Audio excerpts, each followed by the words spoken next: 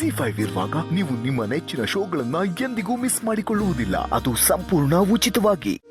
ಆ ಮನೆಯಲ್ಲಿ ಏನೇ ನಡೀತಿದೆ ಅಂತ ನನಗೆ ಗೊತ್ತು. ಏನು ಮಾಡೋದಮ್ಮ, ದೀಪಿಕಾ ಇನ್ನೂ ಸಣ್ಣ ಹುಡುಗಿ. ಅದರಲ್ಲೂ ಅವಳ ತಂದೆ ಅವಳನ್ನ ತುಂಬ ಮುದ್ದಾಗಿ ಬೆಳೆಸ್ಬಿಟ್ರು. ಯಾವ್ದು ಸರಿ ಯಾವ್ದು ತಪ್ಪು ಅಂತನೂ ಅವಳಿಗೆ ಹೇಳ್ಕೊಡ್ಲಿಲ್ಲ. ಅದಕ್ಕೆ ಅವಳು ನಿನ್ನ ಹತ್ರ ಏನಾದರೂ ತಪ್ಪಾಗಿ ನಡ್ಕೊಂಡ್ರೆ ದಯವಿಟ್ಟು ಕ್ಷಮಿಸ್ಬಿಡಮ್ಮ.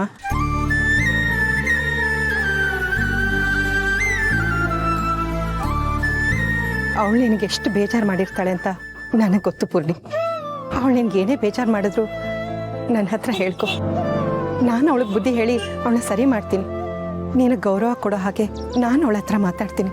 ನೀನು ಮಾತ್ರ ಮನ್ಸು ಕೆಡ್ಸ್ಕೋಬೇಡ ಪೂರ್ಣಿ.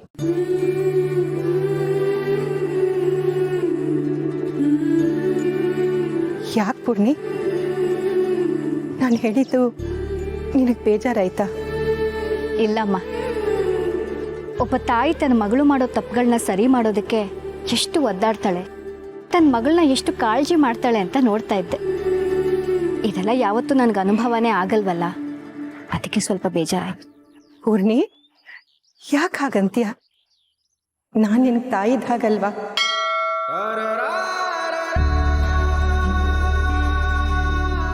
ಹೌದು ಅಮ್ಮ, ನನ್ನ ಅದೃಷ್ಟ ಏನು ಗೊತ್ತಾ, ನನಗೆ ನನ್ನ ತಾಯಿ ಯಾರು ಅಂತ ಗೊತ್ತಿಲ್ಲದೆ ಹೋದ್ರೂ ನನ್ನನ್ನು ಪ್ರೀತಿಸೋರೆಲ್ಲ ತಾಯಿ ಸ್ಥಾನದಲ್ಲಿ ನಿಂತು ನನ್ನನ್ನು ಮಗಳಿಗಿಂತ ಹೆಚ್ಚಾಗಿ ಕಾಣ್ತಾರೆ.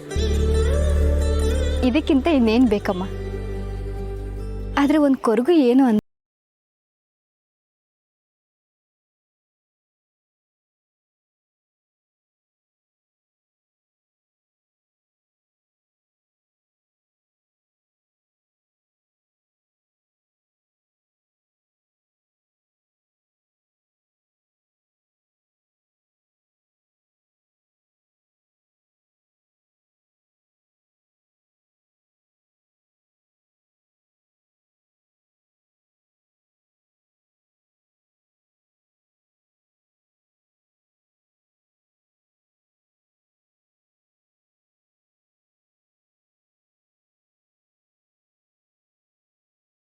ದೊಡ್ಡೋಳು, ನೀವು ಹೇಳ್ದಾಗೆ ನಾನು ಅವಳನ್ನ ಸಹಿಸ್ಕೊಳ್ತೀನಿ, ಜೊತೆಗೆ ಪ್ರೀತಿಸ್ತೀನಿ. ನೀವೇನು ಯೋಚನೆ ಮಾಡ್ಬಿಡಿ. ಸಮಾಧಾನ ಆಯ್ತು ಕಣಮ್ಮ, ಈಗ ನನಗೆ ಸಮಾಧಾನ ಆಯ್ತು. ಏನ್ ಮಾಡೋದು, ನನ್ನ ಮಗಳು ಹಠಮಾರಿ. ನೀನು ಒಂದು ಮಾತು ಹೇಳಿದ್ರೆ ಅದಕ್ಕೆ ಅವಳು 100 ಬಣ್ಣ ಕಟ್ಟಿ ಅವಳ ಅಪ್ಪನ ಹತ್ರ ಹೇಳ್ತಾಳೆ. ಅವಳಪ್ಪ ಅದನ್ನೇ ನೆಪ ಮಾಡಿಕೊಂಡು ಆ ಮನೆ ಒಡೆಯೋದಕ್ಕೆ ನೋಡ್ತಿರ್ತಾರೆ.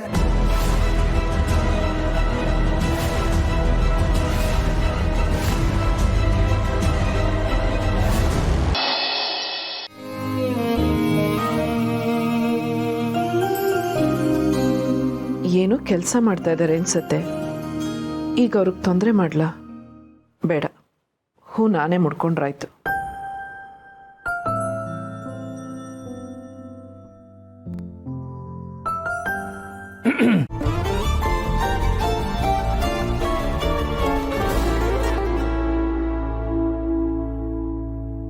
ಹೂ ಮುಡಿಸಿ ಅಂತ ಬಾಯಿ ಬಿಟ್ಟು ಕೇಳಿ ತುಳಸಿಯವ್ರೆ, ನಿಮ್ಮ ಆಸೆಗಳನ್ನು ನನ್ನ ಹತ್ರ ಹೇಳ್ಕೊಳ್ಳೋದಕ್ಕೆ ಯಾಕಿಷ್ಟು ಸಂಕೋಚ? ಮಾಧವ್ ಅವರೇ, ಈ ಹೂವನ್ನ ನೀವೇ ನನಗೆ ಮುಡ್ಸೋದಿಷ್ಟ.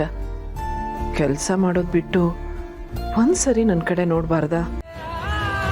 ಏನು, ಹೂವನ್ನು ನೀವೇ ಮುಡ್ಕೊಳಕ್ಕೆ ನೋಡ್ತಾ ಇದ್ದೀರಾ? ಅಲ್ಲ, ನೀವು ಬ್ಯುಸಿಯಾಗಿದ್ರಲ್ಲ, ಅದಕ್ಕೆ ಡಿಸ್ಟರ್ಬ್ ಮಾಡೋದು ಬೇಡ ಅಂತ. ಅಂದರೆ ನಾನು ಬ್ಯುಸಿಯಾಗಿದ್ದರೆ ನನ್ನ ಬಿಟ್ಟೇ ಬಿಡ್ತೀರಾ? ನೋಡಿ, ನೀವು ನನ್ನ ಮೊದಲ ಪ್ರಯಾರಿಟಿ. ಏನದು, ಪಾರ್ಟಿನ? ಪಾರ್ಟಿ ಅಲ್ಲ, ಪ್ರಯಾರಿಟಿ. ಅಂದರೆ ನೀವು ನನ್ನ ಮೊದಲನೇ ಆದ್ಯತೆ ಅಂತ. ಓ ಹಾಗ, ಅದನ್ನು ಪ್ರಯಾರಿಟಿ ಅಂತಾರ? ಹೌದು. ಆದರೂ ನೀವು ನಿಮ್ಮ ಮನಸ್ಸಿನ ಆಸೆಗಳನ್ನು ಹೇಳ್ಕೊಳ್ಳೋದಕ್ಕೆ ಯಾಕೆ ಮುಜುಗರ ಪಟ್ಕೋತೀರಾ? ಮುಜುಗರ ಏನಿಲ್ಲ, ನಿಮಗೆ ತೊಂದರೆ ಕೊಡಬಾರ್ದು ಅನ್ನೋದಷ್ಟೇ ನನ್ನ ಉದ್ದೇಶ. ಕತ್ಲೇಲಿ ಕೂತವನು ಬೆಳಕಿಗೋಸ್ಕರ ಕಾಯ್ತಿರ್ತಾನೆ. ಆದರೆ ಕತ್ಲೇಲಿ ಕೂತವನಿಗೆ ಬೆಳಕು ಕಣ್ಣು ಚುಚ್ಚುತ್ತೆ ಅಂತ ದೀಪ ಬೆಳಗದೇ ಇರುತ್ತಾ? ಹೀಗಾದರೆ ಕತ್ಲೇಲಿ ಕೂತವನ ಅರ್ಥ ಮಾಡ್ಕೊಳ್ಳೋದು ಯಾರು? ನನಗೆ ತೊಂದರೆ ಆಗುತ್ತೆ ಅಂತ ನೀವು ನನ್ನಿಂದ ದೂರ ಇರೋದಾದರೆ ನನ್ನ ಪ್ರೀತಿಗೆ ಅರ್ಥ ಏನಿದೆ ಹೇಳಿ? ಆಯ್ತು ಬಿಡಿ, ಇನ್ಮೇಲೆ ನೀವು ಎಂಥ ಕೆಲಸ ಮಾಡ್ತಾಯಿದ್ರು, ಎಷ್ಟೇ ಬ್ಯುಸಿಯಾಗಿದ್ರು ನಾನು ನಿಮ್ಮನ್ನು ಡಿಸ್ಟರ್ಬ್ ಮಾಡ್ತೀನಿ. ನಿಮ್ಮ ಡಿಸ್ಟರ್ಬ್ ಅಂದರೆ ನನ್ನ ಡಿಕ್ಷನರಿಯಲ್ಲಿ ಪ್ರೀತಿ ಅಂತ. ನನಗೂ ಅದೇ ಬೇಕಾಗಿರೋದು. ಈಗ ಈ ಹೂವಿಗೆ ಒಂದು ಕಳೆ ಬಂದಿದೆ, ಹಾಗೆ ಅದಕ್ಕೆ ಬೇಜಾರು ಆಗಿದೆ. ಬೇಜಾರ ಯಾಕೆ? ನನಗಿಂತ ಅಂದವಾಗಿ ಇನ್ನೊಬ್ರಿದಾರಲ್ಲ ಅಂತ ಅಸೂಯೆ ಅದಕ್ಕೆ. ನಿಮ್ಮ ಅಂದವನ್ನು ನೋಡಿ ಬೇಜಾರು ಮಾಡ್ಕೊಂಡಿದೆ.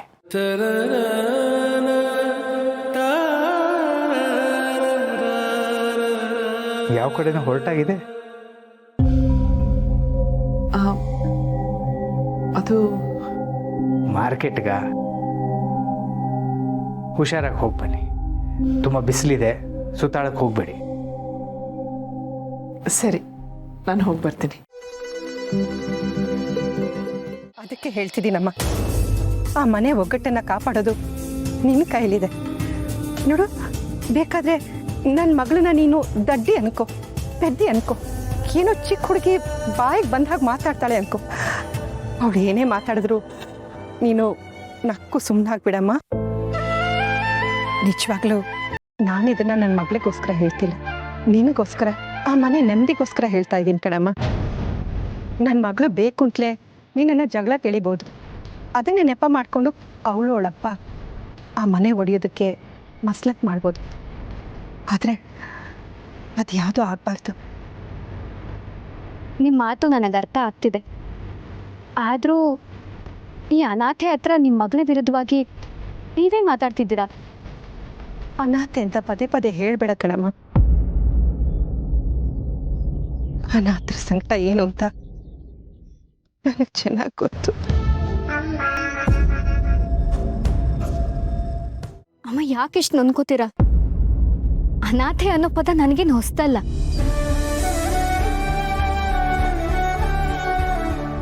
ಆದ್ರೆ ನನ್ನನ್ನು ಅನಾಥೆ ಅಂತಿರೋದನ್ನ ನಾನು ಹೆತ್ತ ತಾಯಿ ಎಲ್ಲಾದ್ರೂ ಇದ್ದು ಕೇಳಿಸ್ಕೊಂಡಿದ್ರೆ ಅವಳು ಎಷ್ಟು ನೋವು ಪಡ್ತಿದ್ಲು ಅಂತ ನನಗೆ ನೆನ್ಸ್ಕೊಂಡ್ರೆ ಬೇಜಾರಾಗುತ್ತೆ.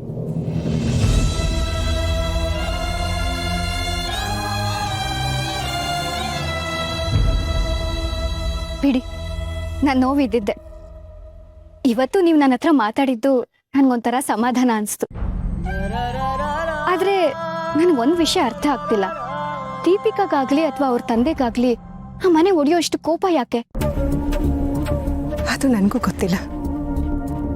ದೀಪಿಕಾಗೆ ಆ ಮನೆ ಯಜಮಾನಿ ಆಗಬೇಕು ಅನ್ನೋ ಆಸೆ ಇರ್ಬೋದು, ಅದಕ್ಕೆ ಅವಳ ಅಪ್ಪನೂ ಸಪೋರ್ಟ್ ಮಾಡ್ತಿರ್ಬೋದು.